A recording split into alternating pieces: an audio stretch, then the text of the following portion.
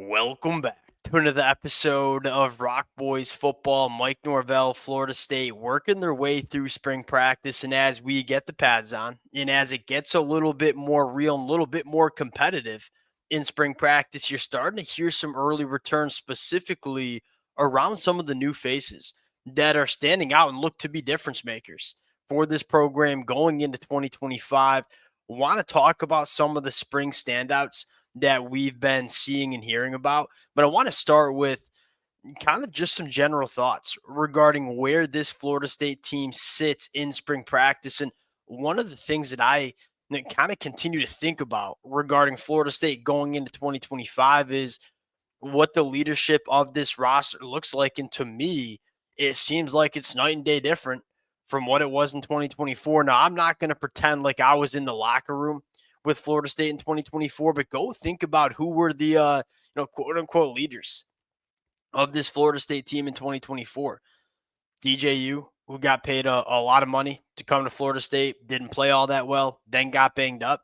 And you look at the defensive side of the football, you talk about a guy like maybe Patrick Payton, who I think we all probably recognize, probably not the very talented football player, but in terms of him being your voice of the locker room leadership type of role, I don't necessarily know if that's ideal. And I think that kind of played out in the 2024 season in terms of, hey, when it got ugly, it got really ugly and didn't get much better. Where you go back to 2023, talk about Jordan Travis, talk about a guy like Jared Verse on the defensive side of the football, the leadership just felt different. The culture felt different. I think we got to talk about the personnel of this roster too. The leadership seems to be in a much better spot than it was in the 2024 year. And you're hearing some really good things about Thomas Castellanos, not only as a football player for Florida State, but being that veteran leader, that potential voice of this Florida State offense, along with guys like Luke Pettibon coming over from Wake Forest. The second thing I'd probably note is a little bit less gas. And Mike Norvell is going to tell us the guys that are kind of standing out, and he's going to be positive. But last year felt like it was like a hype train. You just kind of you only heard good things coming out. Mike Norvell was very complimentary of this roster, and maybe it was just a little bit too much, and maybe Mike Norvell felt like it was a little bit too much hype in spring practice last year. And I'm not saying there's no hype in 2025 regarding this roster, but it feels like Mike Norvell and how he talks in his press conferences, hey, yeah, we like what we're seeing, but we still got a lot of work to do. And again, to me, it's just good to see Florida State making fundamental changes in terms of how they go about their business.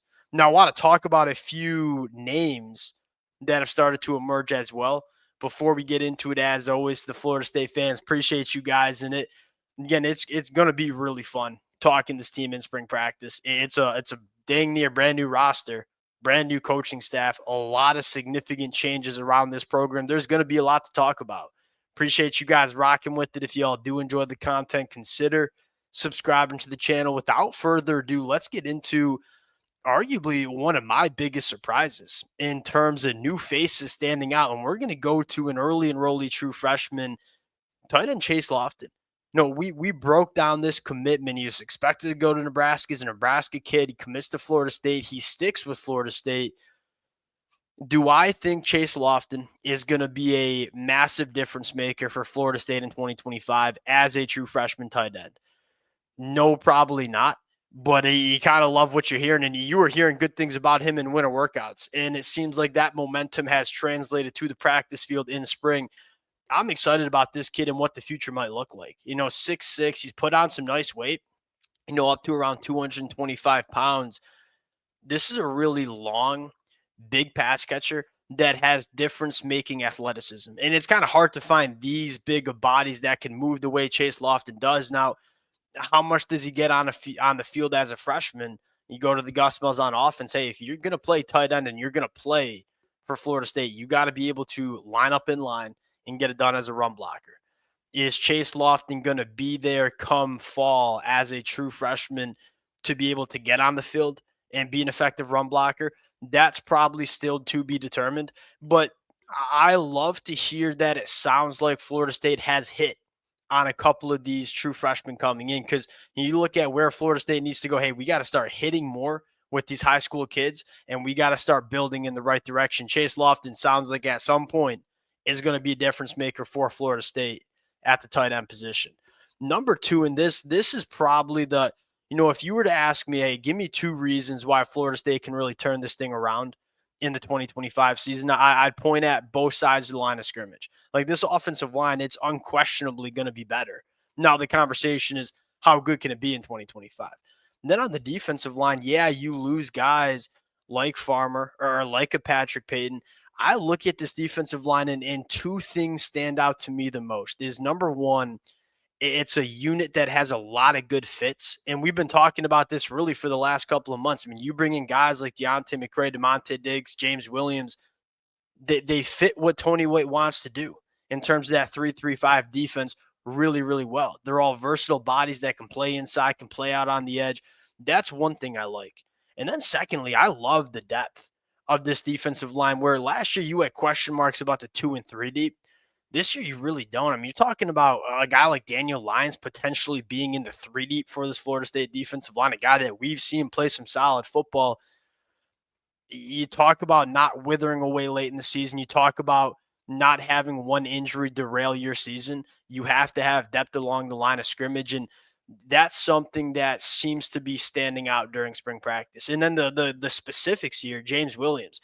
Now, what excites me the most about James Williams, look, we know this kid is an elite pass rusher. We saw that all over the film, him coming from Nebraska at a 19% pass rush win rate at Nebraska. Now, he didn't play a ton of football for Nebraska because he wasn't exactly the greatest run stopper. He's kind of a one-trick pony in terms of a pass rusher. Florida or Nebraska last year did not play him a ton on first and second down because he wasn't great stopping the run. He's put on a lot of weight. He's up to 265 pounds.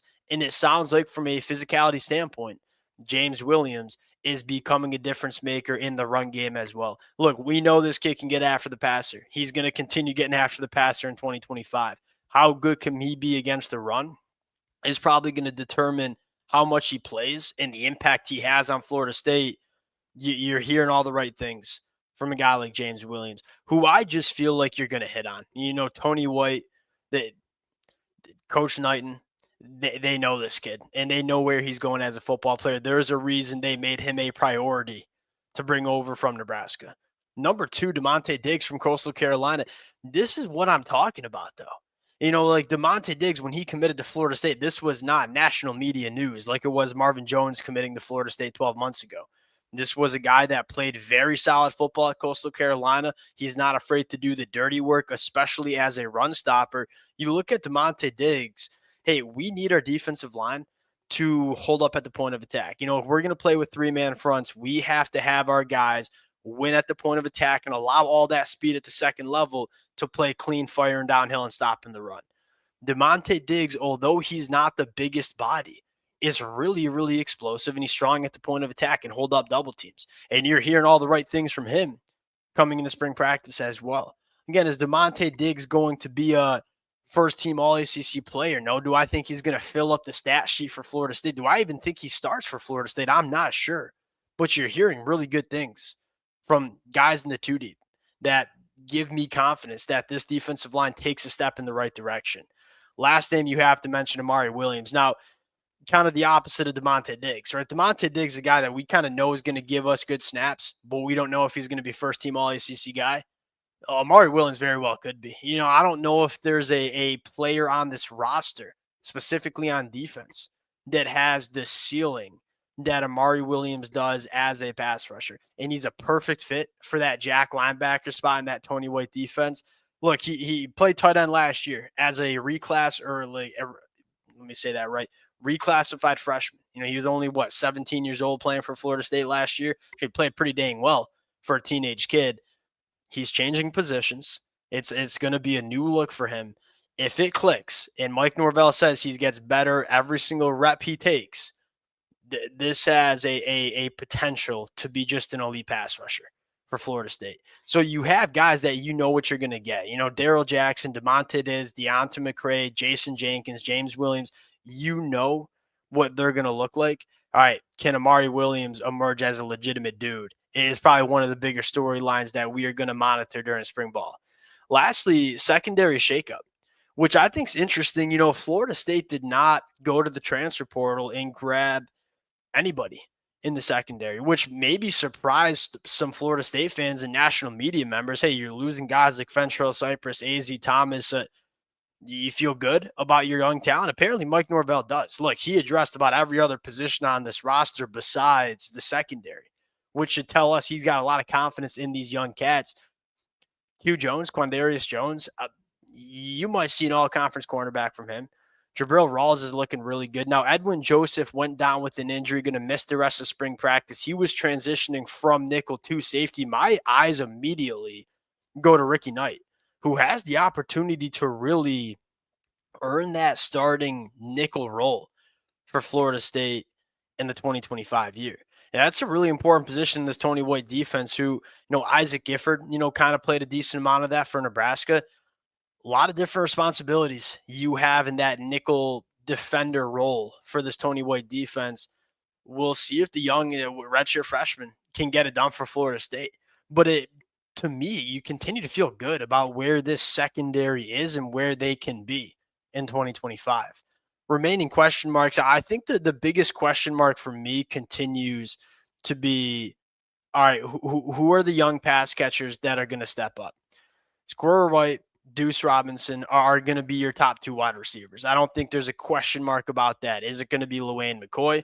Is it going to be Elijah Moore? Is it going to be Hakeem Williams? Is it going to be Mekhi Danzy? Going to be Jalen Brown? You got a lot of young talent. The biggest difference is last year was just all young talent. It was all unproven talent. Now you have two guys, Squirrel Wright, Deuce Robinson, who we know are good football players. Well, that last wide receiver spot, hey, who's going to take it? Who's going to take it and emerge as that third wide receiver in this Florida State offense? That is still a question that I'm kind of looking to be answered during spring practice. I like it. I like what you're hearing from Florida State. I like the changes that they made in the offseason. And again, I think all the Florida State fans probably feel the same way. Hey, we want to wait and see. We're all in wait and see mode. But you're hearing some good things coming out of spring practice for Florida State. We will pause it there. Appreciate you guys rocking with it. If y'all do enjoy the content, consider subscribing to the channel, and we'll talk to y'all later. Peace.